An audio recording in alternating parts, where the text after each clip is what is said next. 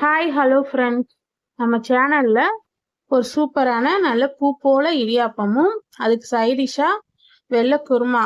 இது வந்து எம்டி வெள்ளை குருமா தான்.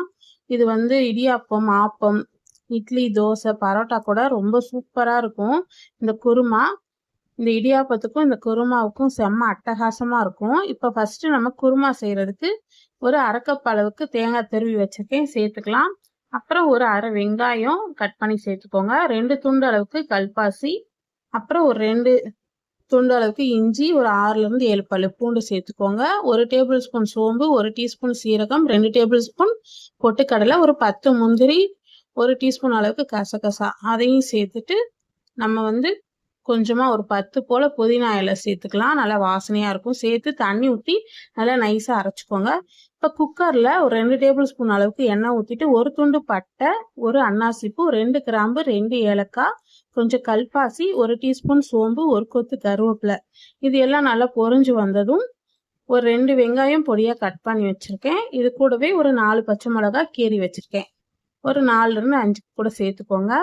சேர்த்துட்டு நம்ம நல்லா வதக்கிக்கலாம். வெங்காயம் ரொம்ப ப்ரௌனா கலர் மாறாம வதங்கி வரணும். ப்ரௌனா வதங்கக்கூடாது. ஒரு கண்ணாடி பதம் அந்த அளவு வதங்கினதும் நம்ம அரைச்ச இந்த தேங்காய் பேஸ்ட்டை சேர்த்துட்டு ஒரு நிமிஷத்துக்கு இந்த எண்ணெயிலேயே நல்லா வதக்கி விடுங்க. இப்போ நல்லா வதங்கிடுச்சு, அவ்வளவுதான். நம்ம வந்து இது வந்து ஒரு 10 நிமிஷத்துலயே இந்த குருமா செஞ்சிடலாம். இப்போ மிக்சி ஜார் கழுவி தண்ணி சேர்த்துக்கலாம். ஒரு 3 கப் அளவுக்கு தண்ணி சேர்த்துக்கோங்க. தண்ணி சேர்த்துட்டு நல்லா கலந்து விடுங்க. இப்போ நான் ஒரு மீடியம் சைஸ் தக்காளி, ஒரு 2 தக்காளி கட் பண்ணி வச்சிருக்கேன். இப்போ இந்த குருமாவுக்கு தேவையான அளவு உப்பு சேர்த்துக்கலாம். இப்போ தக்காளி நல்லா பெரிய பெரிய கியூபா கட் பண்ணிக்கோங்க. உள்ள இருக்க விதையெல்லாம் எடுத்துட்டு இதை சேர்த்துட்டு ஒரு அளவுக்கு கலக்கிட்டு இப்போ குக்கர் மூடி போட்டு கரெக்டா ஒரு விசில் மட்டும் விட்டு எடுங்க. நம்ம குருமா வந்து எண்ணெய் பிரிஞ்சு சூப்பரா ரெடி ஆயிடும். ஃபைனலா கொஞ்சமா கொத்தமல்லி தழை தூவி அப்படியேவும் நம்ம நல்லா கலந்துட்டு சுட சுட இட்லி, தோசை, இடியாப்பம், ஆப்பம் இது எல்லாத்துக்கூடமே பரிமாறலாம். ரொம்ப அருமையா இருக்கும் இந்த குருமா. கண்டிப்பா செஞ்சு பாருங்க. இப்போ நம்ம இடியாப்பம் எப்படி செய்யறதுன்னு பார்க்கலாம். இடியாப்பம் செய்யறதுக்கு நம்ம தண்ணி வந்து நான் ஒரு 3 கப் அளவுக்கு நான் தண்ணி ஊற்றிருக்கேன். இந்த கப்பால ஒரு 3 கப் அளவுக்கு. இப்போ 1 கப் அரிசி மாவுக்கு 1.5 கப் அளவுக்கு தண்ணி சேர்க்கணும். இப்போ இதுக்கு தேவையான உப்பு, கொஞ்சமா 1 டீஸ்பூன் அளவுக்கு எண்ணெய் சேர்த்துக்கோங்க.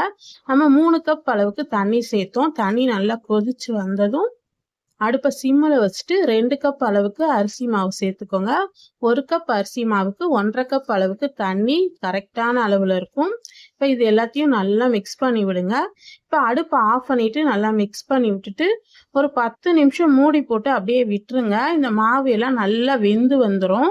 அதுக்கப்புறம் நம்ம ஃபேன் கடியில் வச்சு நல்லா ஆற வச்சுட்டு இதை நல்லா பிசைஞ்சு சப்பாத்தி மாவு மாதிரி பிசைஞ்சு நல்லா உருட்டி எடுத்துக்கலாம். இப்போ நான் இந்த மாதிரி சிலிண்டர் ஷேப்பில் உருட்டி வச்சுருக்கேன்.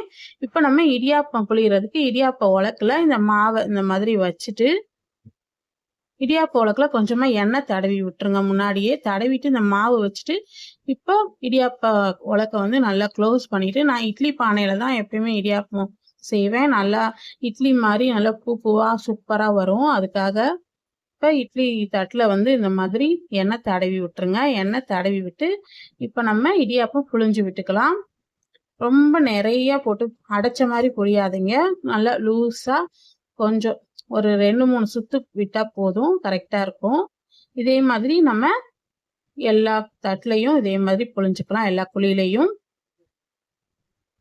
இப்போ இடியாப்பம் வேகிற வைக்கிற டைம் பார்த்தீங்கன்னா கரெக்டாக ஒரு 8ல இருந்து 10 நிமிஷம் போதும். நல்லா தண்ணி கொதிக்கணும். கொதிச்ச அப்புறம் நம்ம இடியாப்பத்தை வச்சுட்டு கரெக்டாக ஒரு 8 நிமிஷம் இல்லைன்னா 10 நிமிஷம் கூட நல்லா வேக வச்சு எடுத்துக்கோங்க. இடியாப்பம் சூப்பராக வந்து நல்லா வெந்து வந்துடும். நம்ம தட்டில் தட்டினாலே சூப்பராக